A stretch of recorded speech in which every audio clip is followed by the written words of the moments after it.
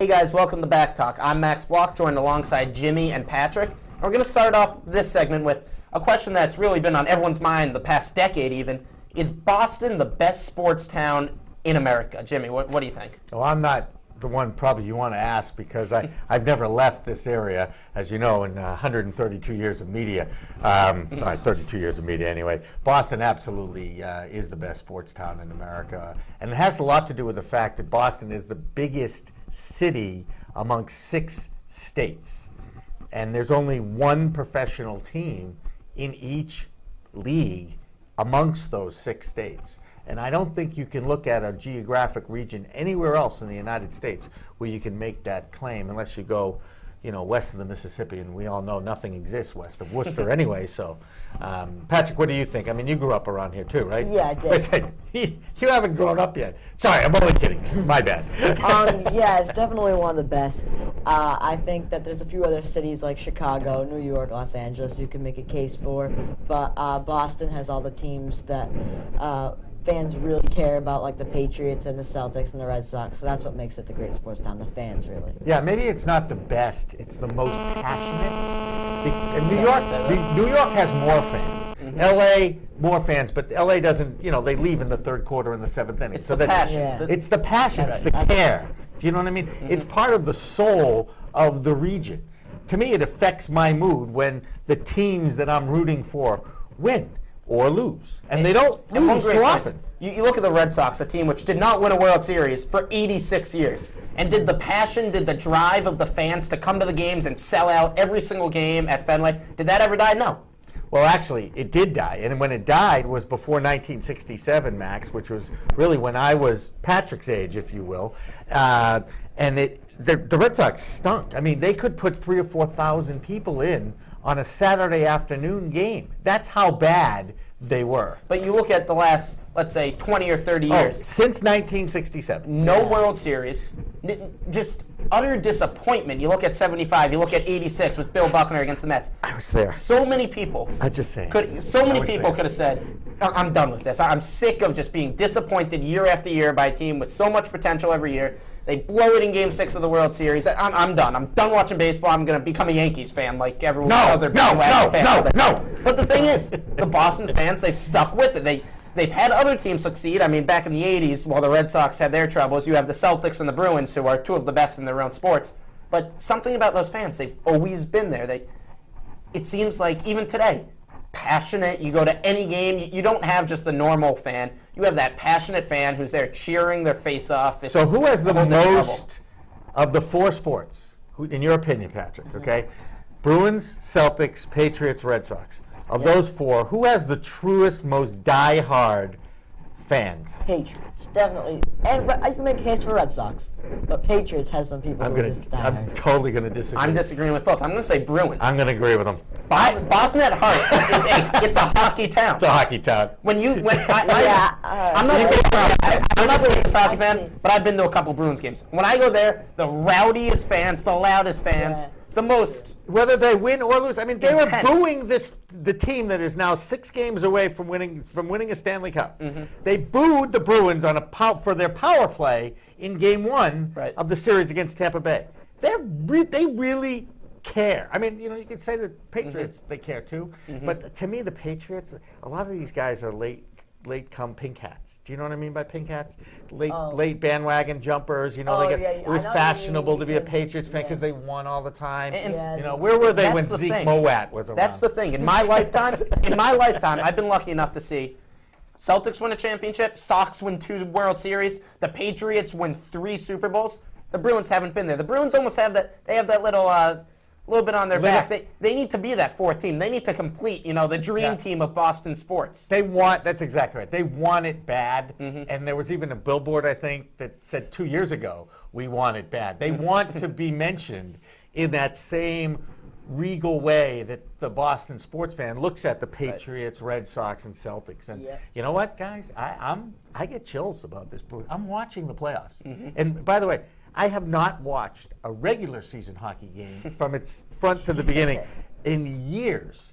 And I make an exception in the playoffs because playoff hockey I just think is extremely exciting. To make an analogy of our friend over here, It's like lacrosse. It's up and down, scoring, great saves. I mean, they don't fight in the playoffs, Exactly. which I like because they just play hockey, and it's a great game. And I can actually say something about that. I'm not the biggest hockey fan. I'll watch a Bruins game, a big game. I turn on Nesson and the game's on. I'll watch it. But my favorite part during the regular season was the Bruins-Canadiens, the fights, the pushing, the shoving. And I thought, playoff time, there's not going to be as many fights, not going to be any, really. Maybe it's going to lose a little bit of the toughness and the stuff I really like about this game. But no, not even close. It was taking a whole level up. The play of Tim Thomas in goal. Some of these crazy finesse moves that these players put out. You look at Tyler Seguin coming alive in these last couple games. Some of those moves and some of the pure athleticism that these guys show on that ice is truly remarkable. And you just sort of watch in awe as you watch these guys play. Yeah. Tyler Seguin coming alive because the coach dressed him, finally. It's about time, right? I just didn't understand A little bit of spark on that power play is all they needed. And by the way, they've struggled to put goals in the net all season long and through the playoffs too. So why not play a kid who can put the puck in the net? I know that he's a liability and he's learning defensive play and all that, but you know what? You got to play him. You get that from any young kid.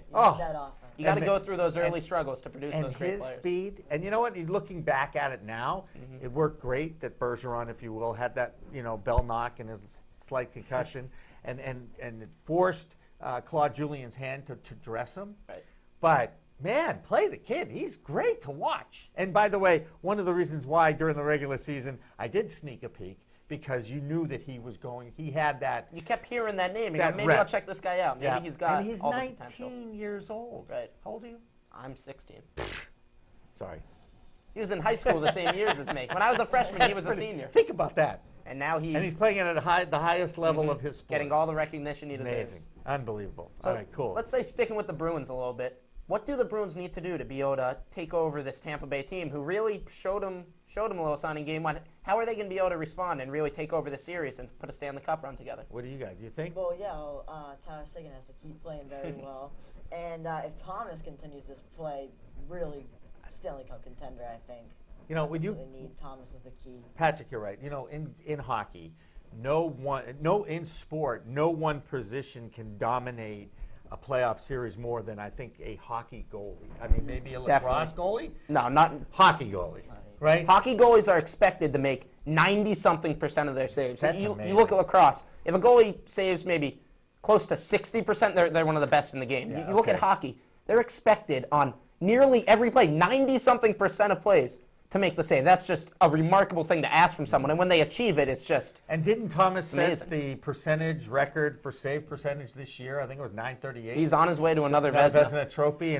And they do have, even though I'm not a huge fan of Zdeno Chara, he has a reputation of being one of the top 3 defensemen in the league. Easily. He's a big intimidating. I don't want to get in his face. But he's a gentle giant. He doesn't use his speed enough. I don't think he's a great skater. I don't think he's a great playmaker. The Bruins, out of the 4 teams left in the playoffs, with Ray Bourque and Bobby Orr and then Zdeno Chara. The 4 teams left in the playoffs, there's no question that the Bruins are the best defensively fronted team with defense, Seidenberg even, and then Thomas in goal.